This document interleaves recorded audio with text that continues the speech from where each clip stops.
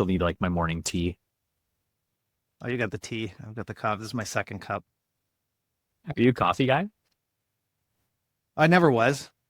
I stayed away from caffeine for about 20 years and just stomach things. I try to figure out what, just gut health and all that kind of stuff. But, and it used to just wire me, right? So, but being in an office environment, you just get back into it. And now I'm like two cups maybe a day, and you only in the morning, right? So I'm caffeinated half the day, and the other half the day the Jones for a cup of coffee now. So I'm right back into the caffeine world of caffeinated people. I never got a taste for coffee. I don't know what it is. I think it's disgusting. The smell of it's not Oh, too I bad, but I can't love stand the the taste of it. Oh, really? I've always loved the taste of Yeah. coffee. No, even Yeah. like I still don't really know how to make a cup of coffee. Like when I have to do it for office meetings and stuff, everyone's like, "Ugh." Like I don't know how I'm messing this up. Last time I made a pot of coffee, one of the agents called it viscous. I was like, well, I don't think that's a compliment. I don't think you want to call the cup of coffee you make viscous, but it is what it is. Well, we're testing out new espresso machines for the different offices and stuff. I'm surprised you guys don't have one yet. And it's probably why, because you don't drink it. So, Yeah, actually, I was surprised. Like, not last office meeting, the one before it. Like anyone know how to make a pot of coffee, and everyone was like, I don't know, I drink tea. I drink tea. I'm like, oh my gosh, like, okay, so let's figure this out. So we Googled it, and we figured out what the ratios were. I put them in, and I was like, I guess this is right. Press the button, and apparently viscous coffee came out the other. So, never heard of something being called viscous when it comes to coffee. yeah, I don't know. I think I was just being, I was trying to be like a polite way of saying it's okay, but I think it came across being like, I don't know, Linus, maybe you shouldn't make the Yeah. coffee anymore. Yeah, there you go. So we had some interesting news last week. I guess we should start talking about that a bit because the interest rates came down from 5 to 4.75%, so down 25 basis points. Long awaited. I was wrong. We had like a little bit of a poll at the office, and I think it was about 50-50 split. People thought, they're going to hold, they're going to cut. I was in the hold camp. I've never been wrong before since like I can remember. Like I've always be able to predict holds and rate increases and cuts. But yeah, that was my first time I was wrong. I think you were in the camp of them cutting though, right?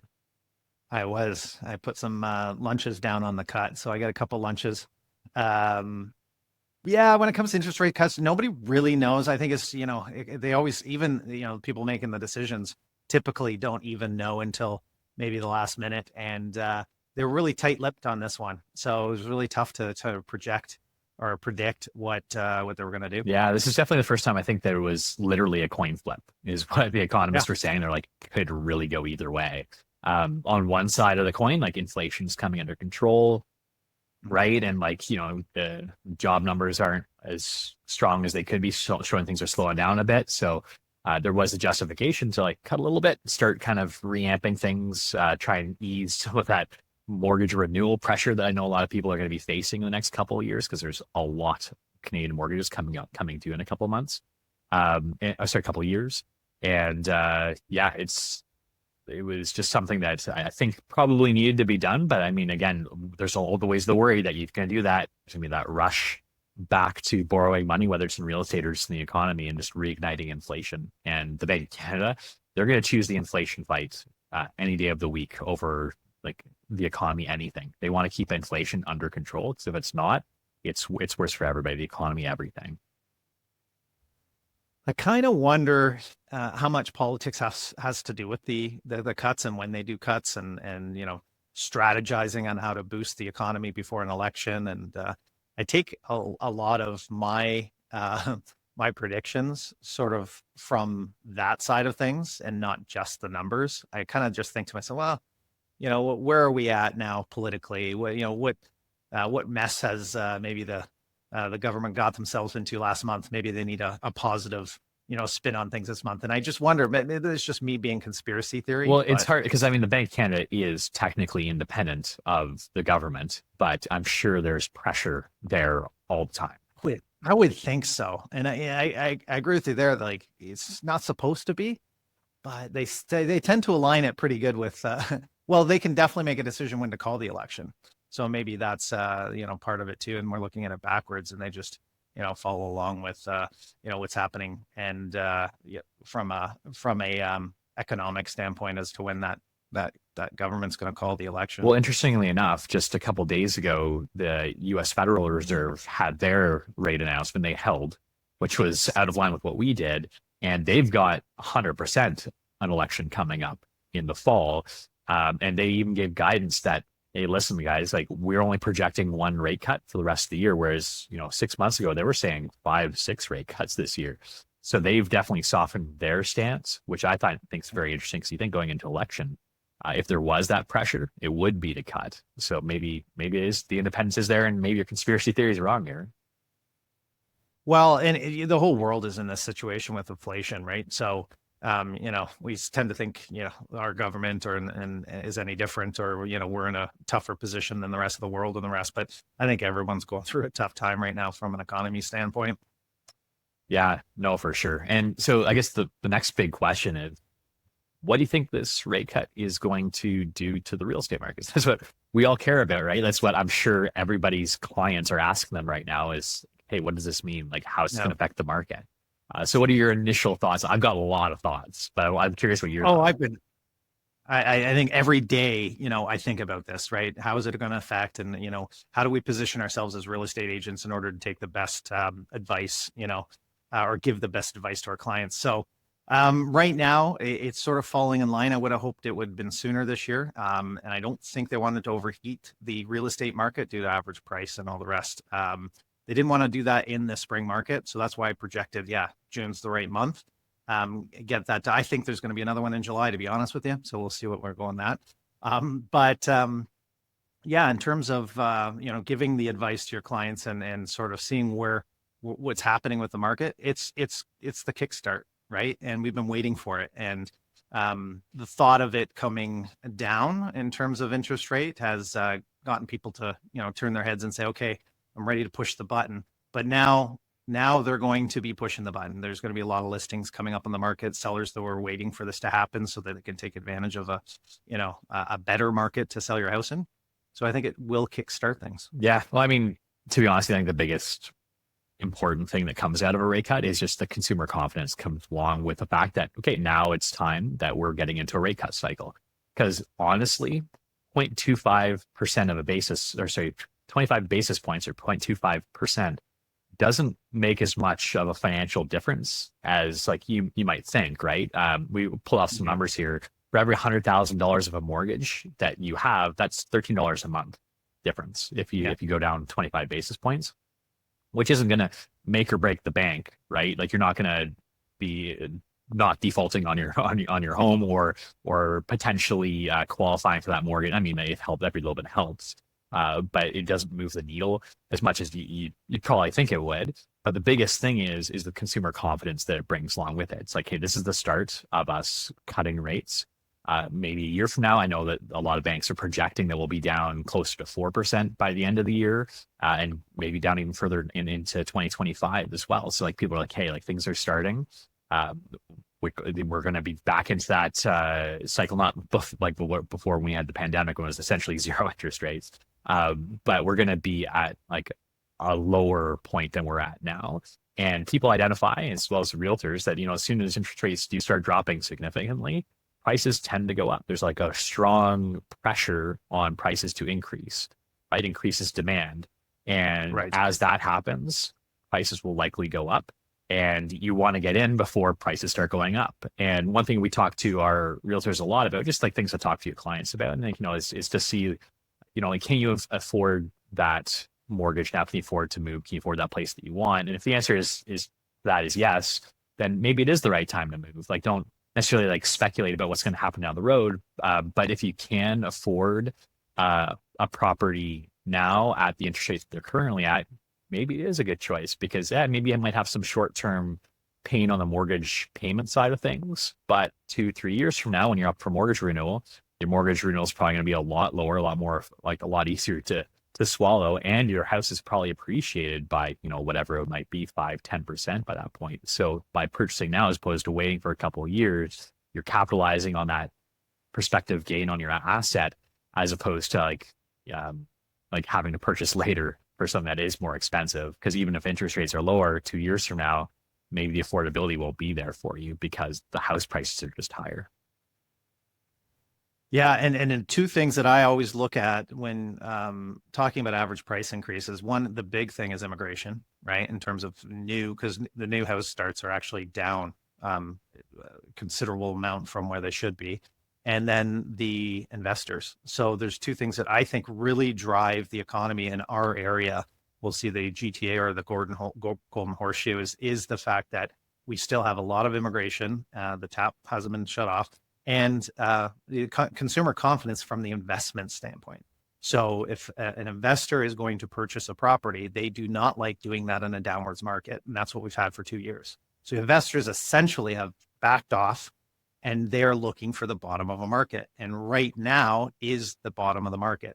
So when you're saying a turnaround in terms of, let's say, inventory sales perspective, from a real estate perspective, how much inventory we're going to move in terms of housing, that's where that kickstart's going to come. I think most prevalent is the investors will be back into the market. Yeah, and the listing inventory right now, at least in the Kingston area, we're looking at the numbers. It's the highest it's ever been since April 2017. So 7-year high right now for like inventory on the market. And ironically, a lot of that inventory is because people are like investors come up on mortgage renewals and are like, numbers just don't work, right? But there is a lot of options and a lot of choice there. And as the interest rates come down, those numbers will start to work again. So, but interesting enough about that number you're saying, right? So it's the highest it's been in 7 years. That inventory level is still pretty balanced in terms of a market. It is. If you push back further, you're talking about more like this is where it should have been, but the last 7 years has just been so crazy. But that's a big shift even as well. Because anyone who's bought in the last 7 years like this, they're not used to the environment. Like we're shifting heavily, at least up here in the Kingston area, into a buyer's market. I'm assuming it's probably fairly similar in the GTA area as well there, Eryn. In pockets. Yeah, in pockets, but in general sense, it's the inventory levels are about between 2.5 months of inventory to 3 months of inventory, and that is fairly stable. Yeah, which means it's a stable between buyer-seller market. As much as we feel like it's a buyer's market, because we are starting to see offers conditional upon the sale of the buyer's house, which is, we haven't seen for 10 years. The fact is it is actually a balanced market technically. For you guys, maybe our months of inventory, I think, was closer to 5 or 6, if I remember correctly. I don't want anyone to quote me on that. That's it's up there. Our sales to list ratio is like 30% for last month too. We're strong buyers market right now up here. Well, and let me ask you something. What's your average price though, year over year? Is it really hasn't been affected as much as you would have thought, right? Yeah, we're in the 600s. So it's a lot different, obviously, than the GTA area for average price. So things are a lot more affordable here. It's completely different kettle of fish than the GTA area. You've got different issues that buyers are struggling with, right? One of the nice things from here in different markets, which have like lower average prices than the GTA, is that your average person still can afford a home without having to rely on generational wealth or having like a really great job, right? Which obviously is like a big challenge in certain marketplaces like GTA and Vancouver. Yeah, absolutely. Yeah. So next thing we want to chat about is this clause. You keep bringing this up. It's funny because it's something that we've been seeing here since the pandemic.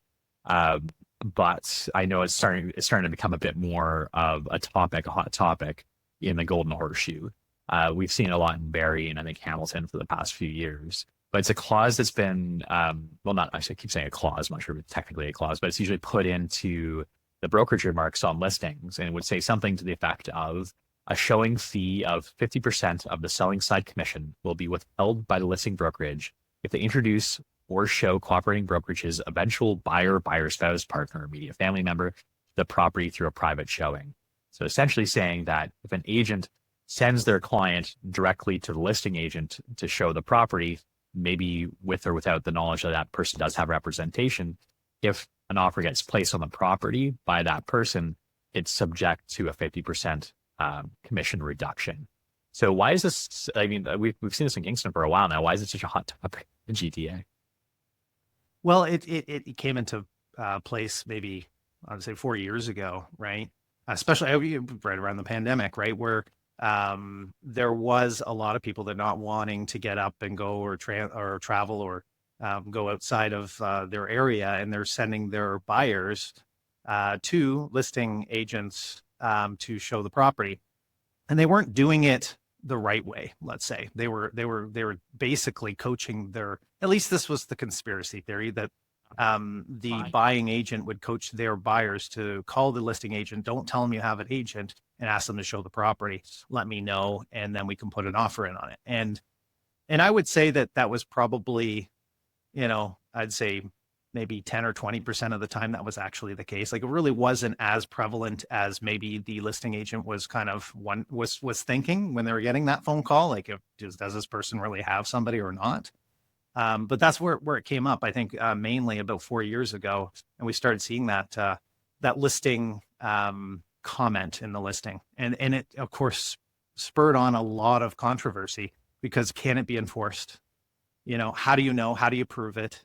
Right. And should you even care, whether or not you're showing a prospective buyer the property if you're working on behalf of the seller anyway, trying to get it sold. So these are the questions, and this is the discussion we had. Yeah, and I guess that being put into the brokerage remarks when it first kind of came up was a bit of a knee jerk, being like, okay, we don't want this happening, what's happening, like how can we deter it? And whoever it was came up with this idea, and it really caught fire. And I think it's meant to be just that, as a deterrent, right? Be like, hey, like if you're sending a client up here, you should come with them, do your job as a buyer's agent, or at least like, I mean, this is the thing I always say is like, just if you can't make it, like the listing agent wants to show the product, just call the listing agent, just travel and be like, hey, is it okay? Like, I'm out of town or whatever. And you can develop a little bit more with the agent as well, and then do it the right way. And Absolutely. the problem was that it was done the wrong way. Just, agents not saying that, like, just be like, yeah, just see as many houses you can, contact listing agents, let me know when you're ready, and then we'll put an offer. Don't see it represented. Just go see all the houses. And like, that's obviously the wrong way to go about it. And that's what got a lot of people up in arms over this. So, well, and it brought up a lot of issues, right? So a lot of issues in terms of who are you representing. I personally, now, and I'm going to put a little asterisk here and say, I understand the frustration. I get it. Okay. So I understand where it came from. I do believe there are better ways to handle it. And I would love to have that coaching conversation with any agent and practice that dialogue when somebody calls to say, I'd like to see the property. Are you working with an agent? No, I'm not. And then go into your dialogue, because I see it as an opportunity. This is a great opportunity for the listing agent who has gotten a prospecting call from somebody who says they're not represented. And then obviously they're going to have a conversation about being represented at some point in time, and hopefully sooner than later, and possibly convince them it's in their best interest to use a local agent. And then they do sign an agreement with them, enter in TRESA. Now, the question is, should you be putting yourself into a situation where you're signing somebody to a contract when you're selling the house for the seller, and that's the service you're providing to the seller, or the contracted representation you're providing for the seller, putting yourself into a multiple representation scenario. So that was another big discussion we had with our agents with regards to how to do both. How do we look for opportunities to work with buyers, also representing the interest of the seller, and making sure they are both represented with transparency. And of course, that's what TRESA is all about. So there's some really good ways to do that moving forward. I applaud Rico and everybody that put TRESA together for a few reasons. And let's discuss those reasons, because I think that's important to understand before deciding how to handle that situation. Okay, let's discuss them, Eryn. So what are they? Okay. I did this at in our office meeting, and I really look at all of TRESA and say, okay, there's a mess of information that we have to unpack. And I'm going to simplify it, and in fear of oversimplification, I'm going to make sure people realize there's lots of components of TRESA. So this isn't just the three things that I like to focus on, but here's three things that if you focus on and do it right, I think you can really work yourself through most situations. First of all, the RICO brochure. The brochure about what representation is, what type of representation can be provided, and having the consumer understand the type of representation that's out there and the importance of being represented and local knowledge, etc. So that can get you through a lot. So if you're explaining the RICO brochure up front, it makes a big difference. The second thing, so it's three. The second thing is designated representation. If you try and think about designated representation, you'll probably get yourself out of sticky situations where, yeah, somebody might get upset because whose interest are you really representing if you're trying to represent two people in the same transaction? So at our brokerage, we do promote designated representation for that reason, making sure that you know who you're representing for the negotiation of the property. So that's the second component. The third is the schedule to the representation agreement, whether it be the listing side or the buying side, having transparency and knowing who you're representing and what services you're providing. So you're negotiating obviously on the behalf of your buyer or seller, but what other services are you providing? And make sure that those services, if promised, is in your schedule to that. So write them out. And that's different for every contractor. It's different for every brokerage, independent contractor, sorry, every agent has different levels of service. So using that schedule in order to have transparency of this of that service is the important part. So, and if you can unpack those three things and you're doing those, practicing those well, you can work your way through this situation. And let's go back. Let's go back to the original problem, right? The original problem is you're representing the interests of your seller. You're getting a phone call. Somebody's interested in seeing that property. You want to make sure that they have proper representation. And if they don't have representation, there's an opportunity there for somebody to show the property and go through that transaction. If I was running a team, I'd handle it a little differently if I was an individual. But we have great representation, representatives within the same company that we can refer that buyer to so that they can show the property, still get full representation and transparency, and designated representation. So that's what I would offer in individual circumstances. If it was a team, it would be a different situation. But I think having that arm's length is important. The main question I think that comes up is if I'm the listing agent, I'm also looking for potential business, right? So, and this is where, people get upset, right? With somebody calling and saying, I'd like to see a property, but they have every intention of using somebody else. And in that case, you either look at it from a seller services standpoint. I'm going to try and sell this property. If you want to use somebody else, that's up to you. But it gives you the opportunity to have the discussion if they haven't signed with somebody else about proper representation, getting somebody to represent in the office. You have that opportunity to have this on the benefit of the seller, transact very smoothly, get the highest, best price, but still have arm's length with a buying agent within your own office. And then maybe a referral fee for services in terms of, I procured this buyer, therefore I will be paid a fee for the procurement of that buyer. So you'll still be able to participate in a financial situation where you're going to, get a bit of commission on the buying side as well. Yeah, no, for sure. And that's generally the way I instruct our agents here at the Kingston office as well, is if you do have someone come in, right, just treat it kind of like an open house. Like you're providing a service, you're bringing them through, you're providing a service to your seller and you're representing your seller by bringing them through, but you're not representing the person coming through at that point. It's kind of like an open house, right? And if they do express interest, then you can be like, hey, if you need to get have an agent that to help you put an offer in, there's a bunch of agents in our office that I can refer you to, right? And try and find someone to help out. Or again, double ending isn't expressly forbidden, but it's definitely something that's discouraged. I was going to say, in just in that situation, I just want to point out, and there's still, I don't know, confusion, but we're having to transition into getting away from multiple representation. In that scenario where you have referred, keep in mind the brokerage is just providing the services of the transaction. Therefore, you're not in multiple representation. And I think some people still feel that, I forgot that, or still feel that there's still a conflict of interest. And where there's arm's length and two people negotiating, that's their job. They're contracted to get the best price for both of them. So I don't see any issue doing that. No, no, there isn't at all, right? And the potential issue is when you try and represent both sides, and then there is a Right. complaint later on because the conflict of interest wasn't explained properly or wasn't handled properly. And that's always something you want to try and avoid, and it's something that we discourage at every opportunity as well. Yeah, in saying that though, it's still okay to do, because there are people that are super good at what they do, and they're able to say back off and say, "Listen, I'm willing to do this and under multiple representation, but keep in mind," and then they go through what multiple representation means, right? Back off. I'm not representing the for the negotiating purpose. I'll tell you what sure, you'll tell me what you want in the offer. You tell me what you want to go back in terms of price, but I'm giving no direction at where either of you are going to go in terms of price. I guess circling back to that original concern, right? So we often see concerns in our industry and say, "Oh, I just got burned by something.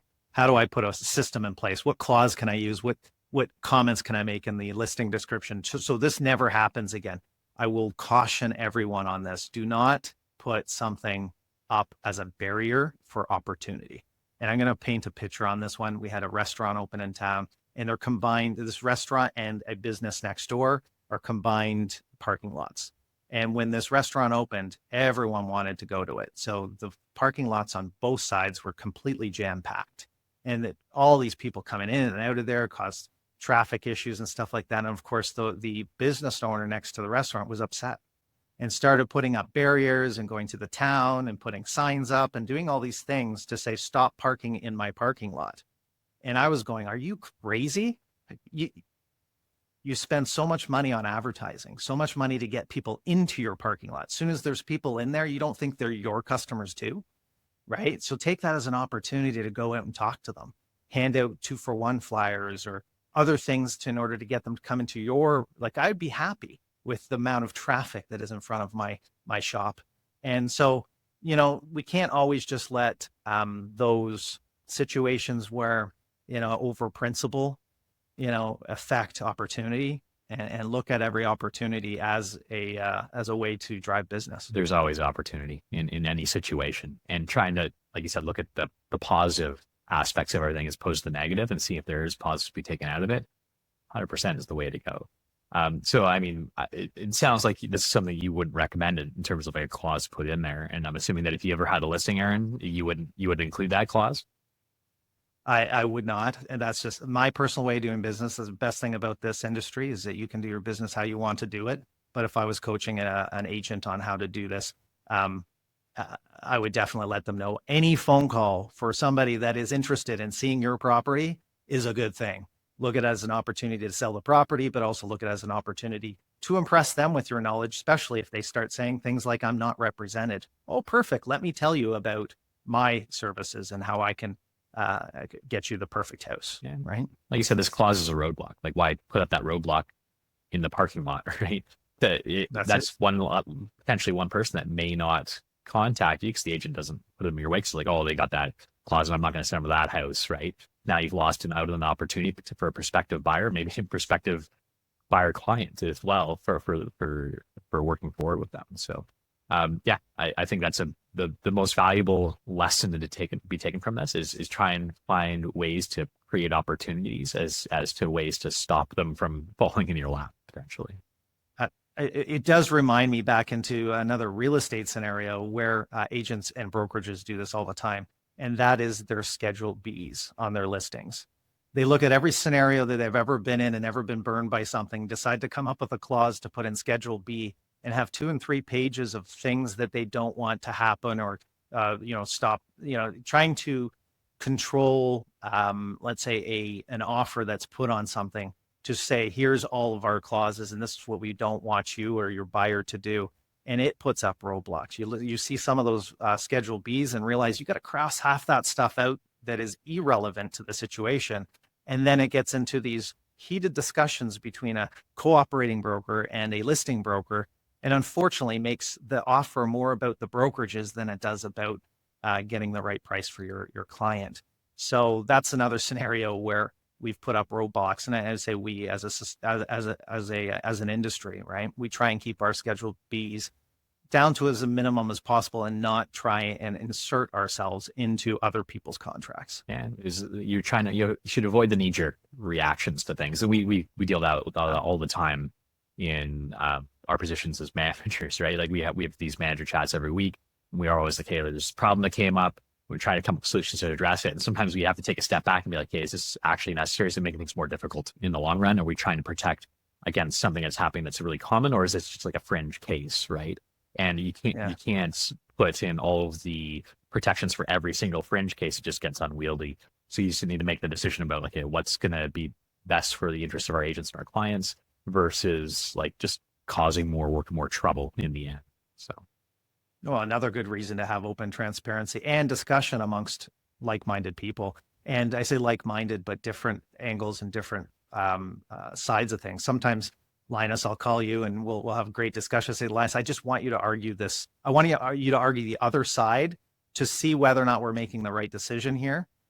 So I need you to be devil's advocate on this one, even if you do believe what I'm saying, right? No, I love playing devil's advocate. Even if I do believe what you're saying, I do love doing that. It goes back to like debating in grade school, right? Like you just oh my gosh, our broker of record, Isabel, she is the best. So, and we have these discussions all of the time, and we have to tell people around us, just so you know, we are like best friends. So don't think that we're upset with each other.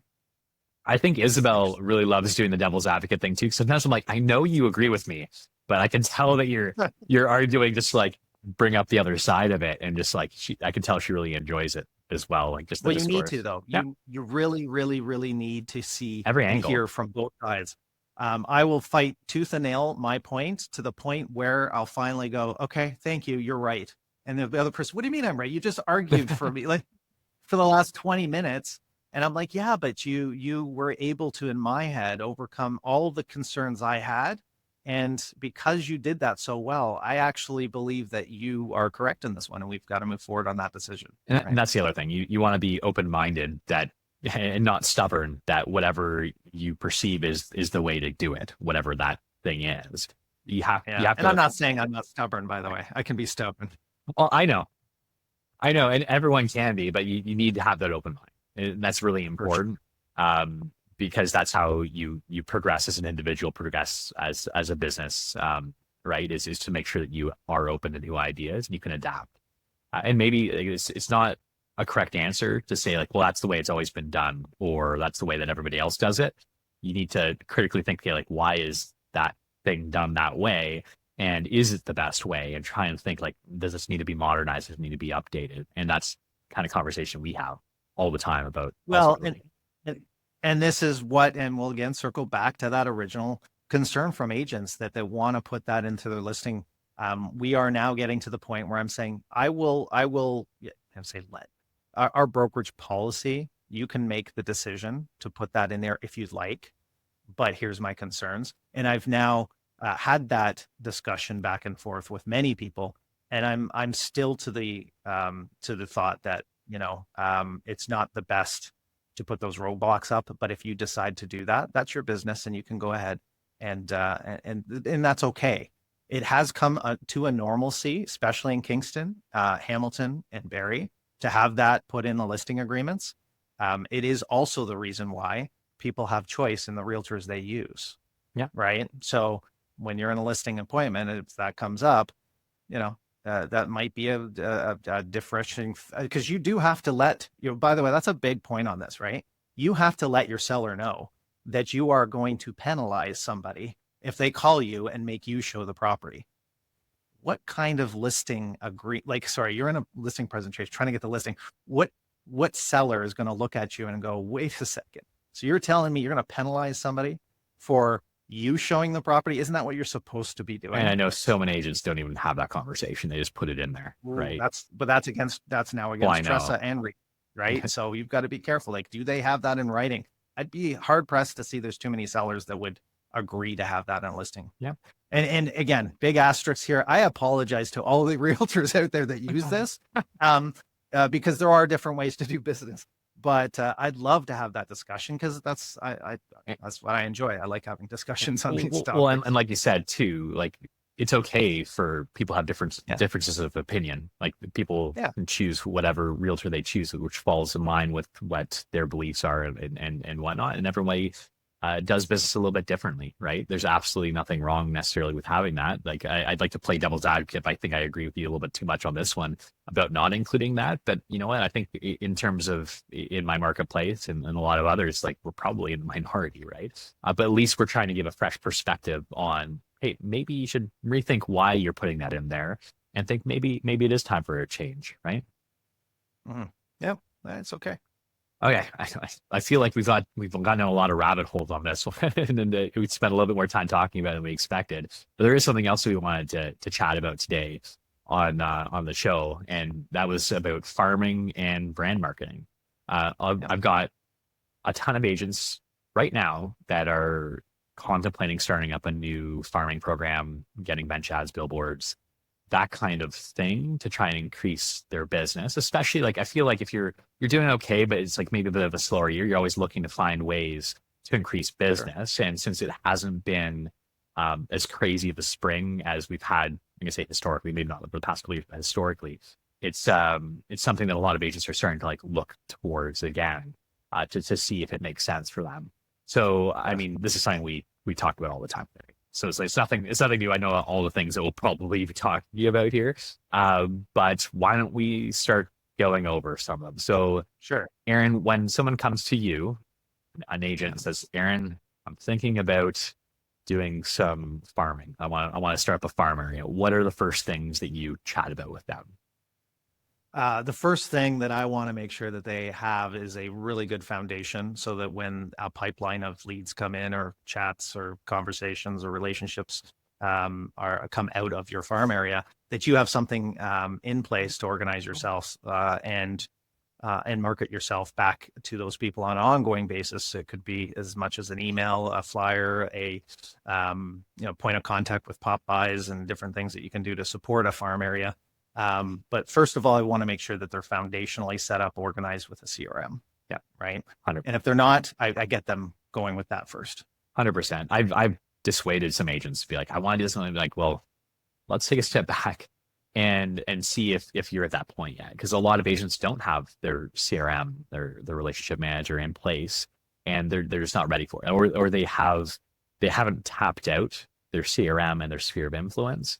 And let's be honest, like brand marketing, doing farming areas, things like that, it's a lot of time, a lot of money, right? And your Mhm. your CRM, your sphere of influence, that's the lowest hanging fruit. They're people you already know, right? You've already got a relationship with them. You don't have to overcome those barriers, those obstacles of creating that new relationship. So the people that you know, those are the people that are most likely going to be the ones who transact with you. And I mean, you see the industry numbers all the time. 85% of people who transact, it's repeat and referral, right? So you've only Yep. got 15% of free agents out there that may, call that bench ad or respond to that flyer for that person they've never met before. So you're chasing a small percentage of the market. I mean, it's significant enough. And don't get me wrong, it's definitely something you potentially want to look at if it's part of your business plan. Sure. Yeah. Yeah. But the bulk of transactions, the vast majority, are from previous relationships. So by cultivating those relationships, it's the first priority. First thing I always look at, how are you doing there? Once that's tapped out, then yeah, let's talk about the marketing side of things, or at least if you have the capacity to tap it out and the structure and systems in place, then we can start talking about spending money on farming because it does cost a lot. Yeah, and farming it's a business plan. It is you're opening a new business, and it's going to have a budget. It's going to have goals. It's going to have actions in order to complete. And typically, you're leveraging more money than time, although there will be some time invested. When you're looking at when somebody's sitting across from me, I'd like to find out if they have a budget because it is not something. I mean, you could farm an area and say, I am just going to walk that area, 1,000 homes. I'm going to do it twice a month, and I'm going to do it every month for the next year. But you run out of time if you get busy, so then it fails. So it's kind of you have to have a proper business plan set up that includes some marketing, right? Benches and flyers and And so many agents don't. And I see agents in the industry, not many with us, but many agents out there who will just throw money to the wind, right? They'll be like, okay, panic knee jerk, I'm going to send some mail outs to this area, burn some money, maybe buy a bench ad that's not in their farm area or whatever it happens to be. They don't put much thought process into it. Like almost that knee jerk reaction, whereas it really is important to sit down and just do a return on investment analysis, right? You're a business. Yes. You don't just buy whatever it is without thinking it through. Because at the end of the day, your business, you're here to increase your business, bring in more customers, make more money. So you need to look at all the costs that are associated with it. What's the plan? Who are my competitors? Right? Is there opportunity here? Are there even houses that sell frequently? Like what's the turnaround time or turnaround rate in the area that you want to farm, right? Like there's not a lot of sales in that area that you're chasing. Maybe it doesn't make sense. Maybe there's already someone who dominates that area. And then you're going to have this arms race with someone who's already pre-established to try and overtake them and become the number one agent, that brand recognized agent in that area. And then the other, there's agents here in town too that have huge marketing budgets. They're not properly focused or thought through, and I can tell. And I'm like, oh, I just wish I could sit down with you and right the ship a little bit. You've got bench ads on the northwest side of town, one down by the water, one like way out in the country. It's like that's not the way to do it. And one of the first things I'll tell an agent, I'm like, just focus on an area, right? So you got to do the return on investment in house on an area.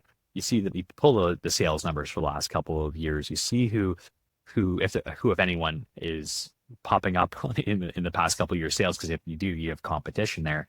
You figure out, like what the postal walks are that you might want to do drops. So you talk about your budget and everything, but you really want to make sure that wherever you pick, you focus your time and effort, that you want to be 5 mile famous. It's like what I always like to say, like you want to be like that person that whoever lives in that area, as soon as they think about real estate, they'll be like, oh, see Eryn Richardson's like face everywhere. He's got to be like the top agent in town, right? Because they associate.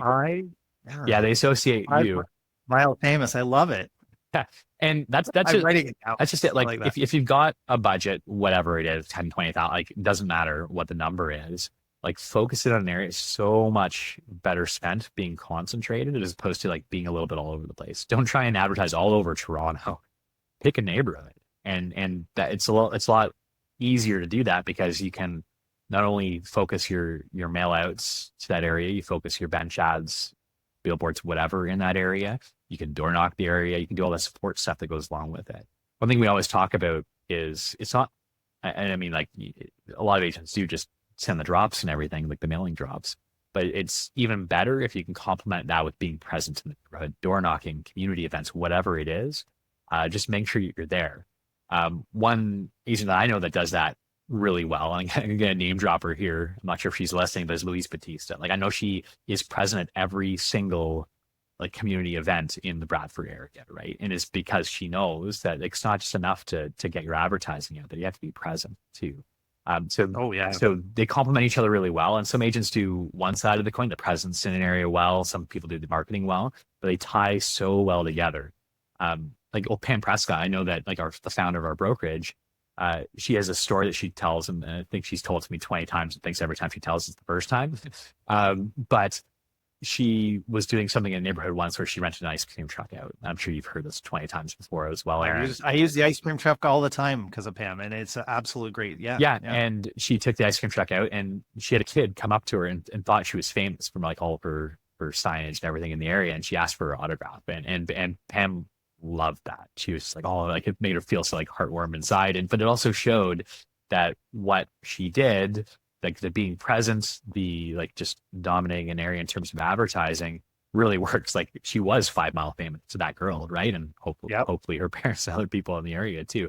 And I know she actually like, knocked it out of the park when it came to farming and strategy and stuff. And she's, a mentor to us as well. So a lot of things we learned came from her. But yeah, that's always the kind of focus I talk to agents about, is like pick the area and just absolutely dominate. Don't do little bits here and there. Find that area and absolutely dominate that area in terms of advertising. Yeah. And, the one thing that, I think Pam always said too, which I wholeheartedly, the best form of advertising when it comes to farming is a sold sign, right? So when you're looking to pick an area to farm, sometimes your area will pick you. So when you have your first sale, your first listing, you think about that being a farm area. There are so many different components of what goes into a farm area business plan that hits, right? You now have a testimonial. Somebody's used you. You've had success. You see the sign 47 times in a week because you're driving by it all the times. It does everything you're trying to do for a huge cost. When you look to put together one of these programs, and the worst thing an agent can say when they come in to look to farm is, I want to try something. And I go, oh, there's a mistake there. You're not trying anything. A farming program is a 5-year plan. And I want to see what your 5-year plan is. It starts with the first year, and you're not going to get a deal in the first year. And I say that you're not going to get a deal in the first year, not because they're not going to. They may get one, but that's bonus almost, right? If you dominate, I know you can do more than one deal in the first year, but the reality is your expectation can't be that you're going to do a deal, because if you need that deal, you're going to lose, because if for some reason all the marketing you have, you don't get something, you're going to drop it. And it's the mistake most agents make, is the fact that they farm for the first year. The first mistake, or not, there's a few mistakes, but one of the mistakes they'll make is only sending some marketing pieces once a month. Once a month is not enough. Husband gets it one week, wife gets it the next one gets missed. One of the kids threw it out. So sometimes they don't even see it once a month, right? You need to be sending something to saturate an area up front within that first 3 to 6 months, almost every week, right? And things like bench ads are so important because you see it 47 times.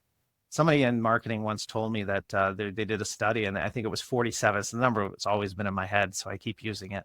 They said you have to see your name 47 times before they'll remember it, right? On a bench, on a flyer. So think about if you're doing once a month flyers, and that's all you're doing for a farm area. How many years are you going to now have to send that out for them to finally go, oh, I know Eryn Richardson, right? But if you sent it 47 times in 3 months, they're like, who is this guy? And why is he sending me so many things? His name's in the back of my head. Like, it may not be for the right reason. There's a limit, but these are certain things that need to be in the business plan. Yeah. It's repetitiveness and reinforcing, right? Yeah. Just as another example of something that we talk about a lot is not only the farm area, but trying to think like where those people in that farm area might commute to work, right? And the way Kingston's set up, there's a lot of like outlying communities. A lot of people come down certain kind of commuter roads into town, and it'll be like, hey, like if you want to farm one of those outlying communities, put a few not bench ads, billboards in this case, like up along that route, which goes between like the industrial core of the city and like wherever the community is that you're farming, because then they'll see you like 3 times on their way to and from work every day, right? And that repetitiveness really helps, as opposed to just having one there. Have 3, have them in like fairly quick with like within a kilometer of each other, right? Just so they keep seeing you over, like, who is this Eryn Richardson guy I keep seeing, right?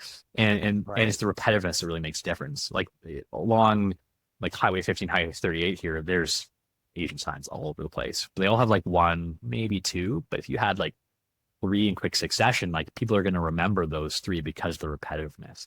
Not enough just have like one thing out there. Like you said too, even just like with mail outs, like people have to see it over and over and over again for it to actually be effective. And then you need the ask, right? Just to see your name. You might get a call because, listen, if you go online and you look at, you go to Google and say, how do I choose my real estate agent? The first thing they're going to say is friend, family, relative. Somebody's going to, they're not going to say friend, family. They're going to say, get a referral from a friend, family. So does somebody else know somebody who's good that they can recommend? So you're going to get referrals first, right? Local area expert is high up there. So if you're on every bench in the area, they're going to perceive that you know everything about that area, and you better know everything about that area. So knowledge is key. So that's what it is. It's perception. And a lot of times I see a lot of bench ads, and a lot of people, say that who would ever use that agent, but they do a lot of business. Well, it's because they market themselves really, really well. They get the phone call. They get to be one of the 3 people that go in a listing presentation. They knock it out of the park because they're great at what they do in terms of selling their services. And that's the reason why they got it. Yeah. Right?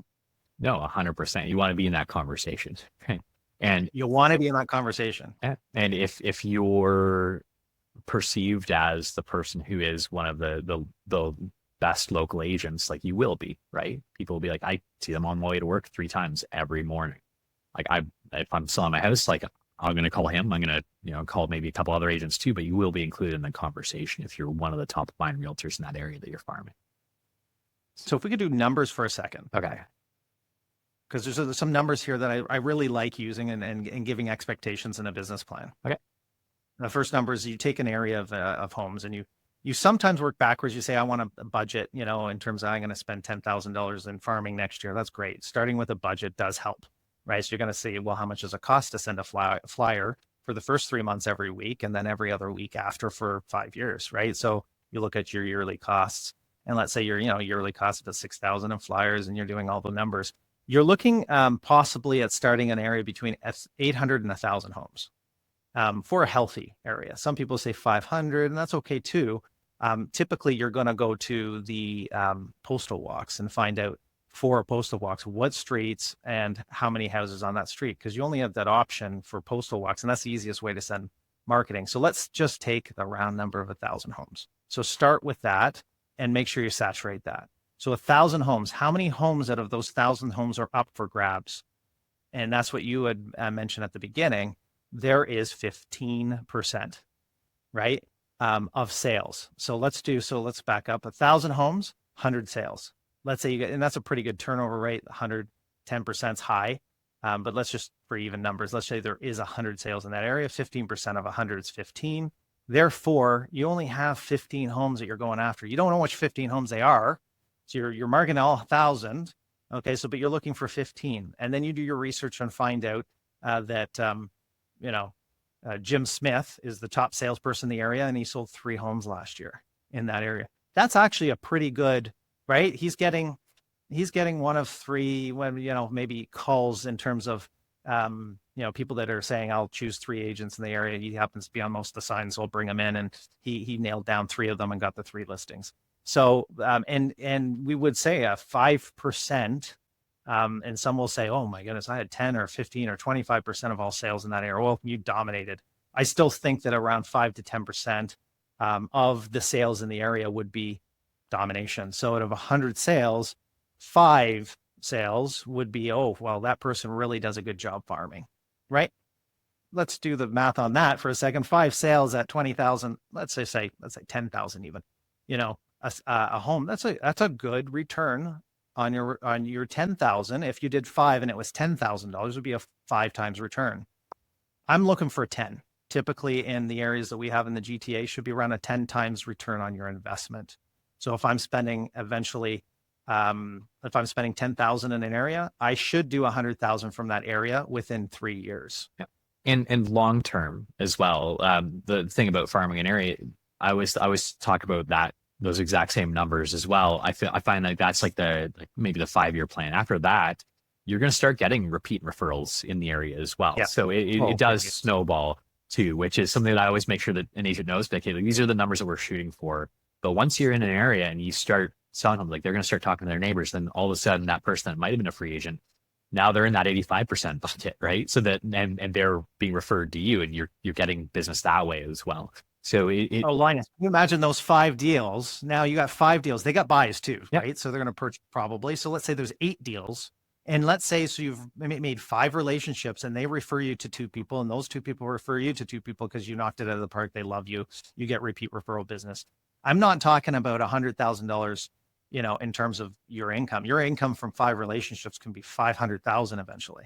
Like it just goes nuts as soon as you provide great value and get repeat referral business. But that's where you go back. If they didn't have the foundation set up, right? The relationship, the pop buys, the note cards, everything else you do, then you're only making the 100,000. You're not making the 500,000, right? Yeah, because it still is that you have to do the best you can for your client, create that relationship, and it's keep that going after the transaction too. It's not just a one and done and you're off, they never hear from me again, because that's like what you said, that's where the numbers just stop.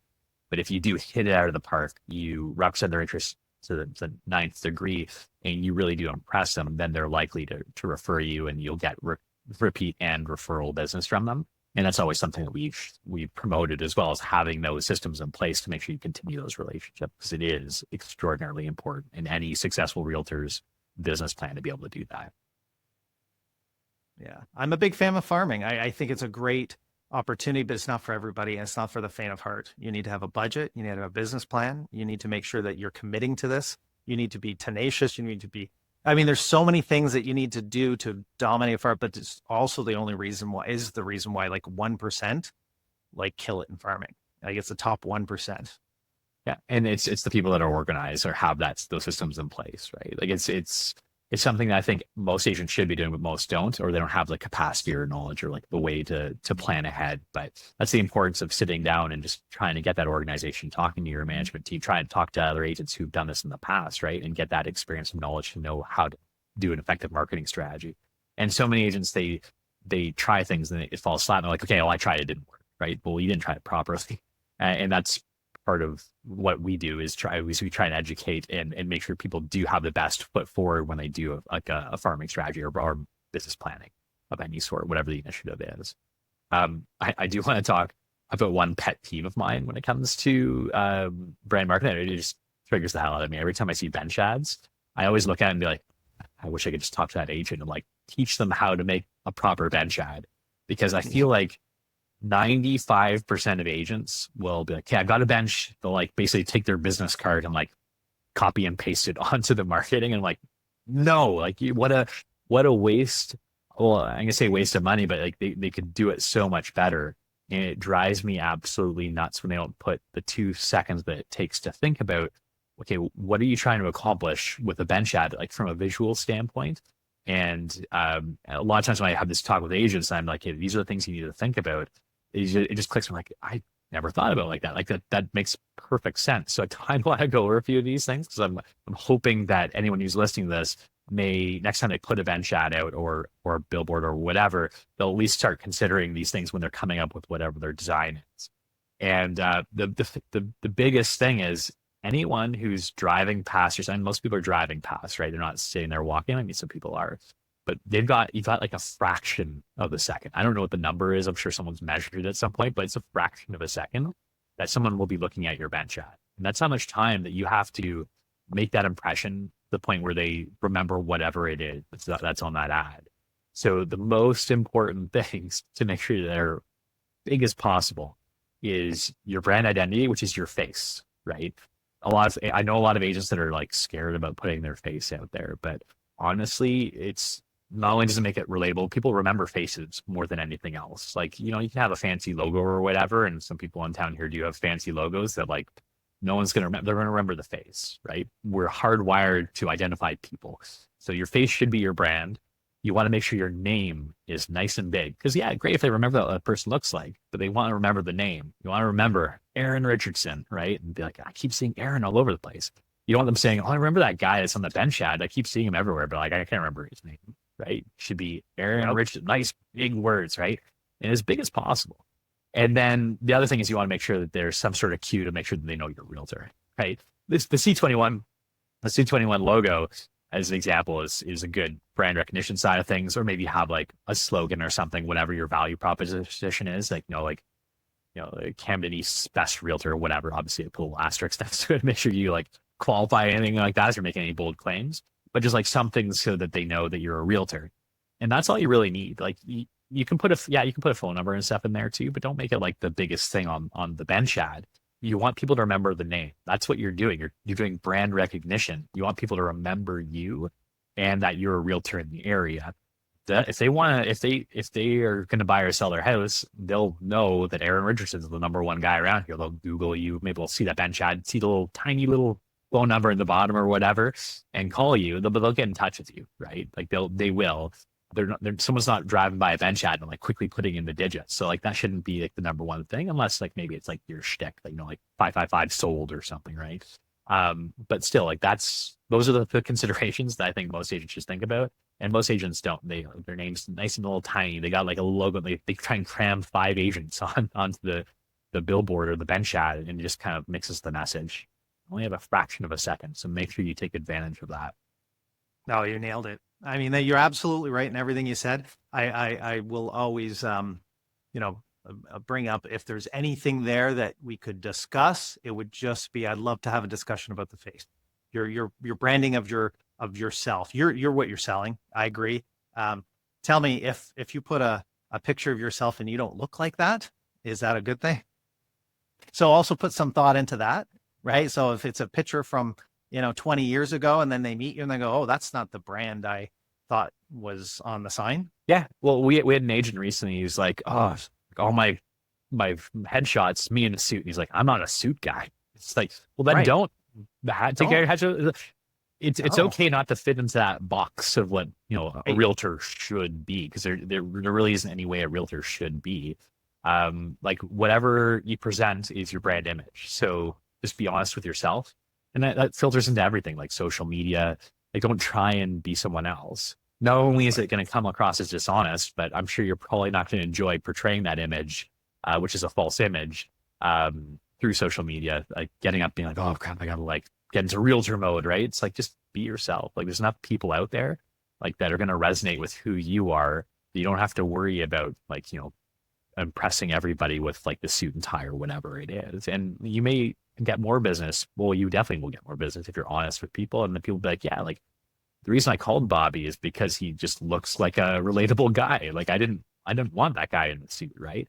But so many realtors, especially like in the GT area, feel like they have to like fall into that box, and that's always been a thing that I've been a big purveyor. I'm not sure what the word is for that, but like a big proponent. No, Proponent. yeah. Anyways, I always say to people is like, hey, listen, just like be true to yourself, and that's like the number one thing. And it's easier to enjoy your job if you do that as well.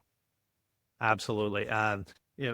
So you had mentioned, don't put your business card up onto the billboard, because your business card is a place to get a lot of information from, and you're not going to want a lot of information on a billboard. But how do you still make your business card look like the billboard, look like your website, so when people do see the billboard, they relate it to other pieces of marketing? Because I know you're a great marketing guru. So, what's the key to that? Consistent branding. I know that's not where you're leading me, but like when you sit down, it's just like a business plan. You have a marketing plan as part of that business plan.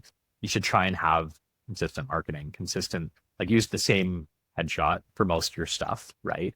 I mean, you can have a little bit of variety depending on the context, but like your headshot is your logo, right? So you make sure you have that, whatever fonts, color schemes you use. Make sure if someone like was standing 10 feet away from you and pulled up two pieces of your marketing material, they'd know like right away from like a distance, those two things are from the same agent, right? Without even like being able to read anything on the card, they should be able to know.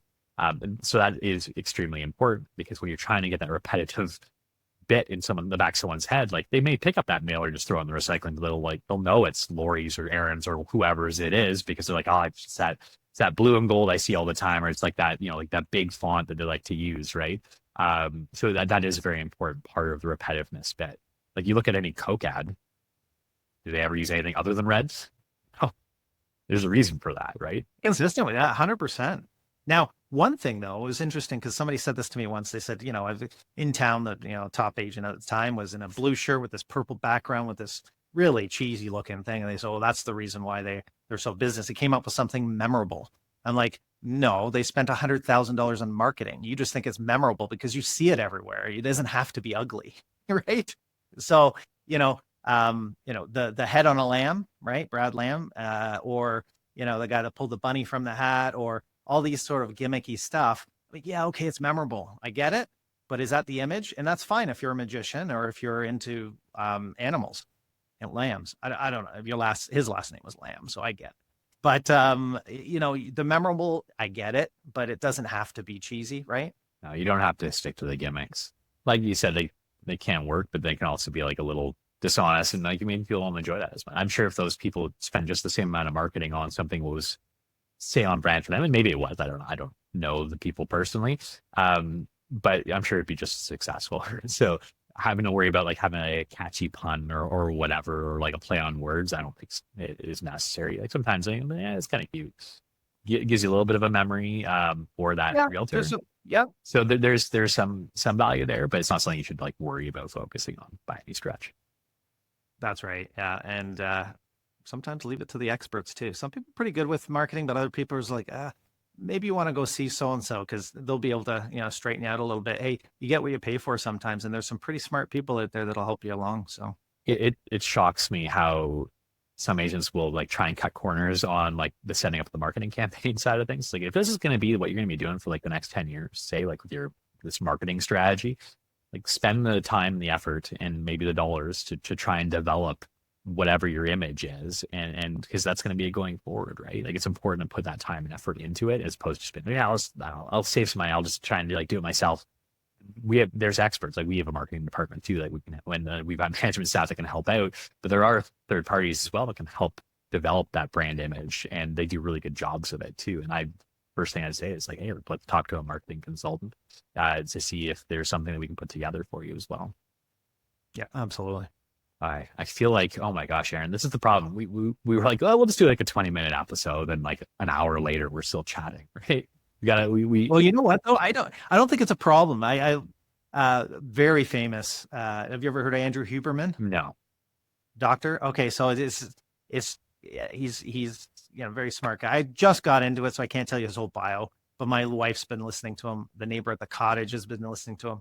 His podcasts are 2.5 hours, and he has some great content in there. And I was like, it's okay. We're going to chop this up into little bits anyway. So it doesn't matter. Yeah, no, I agree. And hey, if you've made it this far into the episode, applause all around. You stuck around with me and Eryn for for the better part of an hour. But hey, if you like what you're seeing, we do this on a bi-weekly basis. So definitely like check us out, the Living the Dream podcast. You can find it anywhere that you might subscribe to podcasts. We also have a website, livingthedream.co, that can give you all the links to find all the places we're available. We have a YouTube channel as well.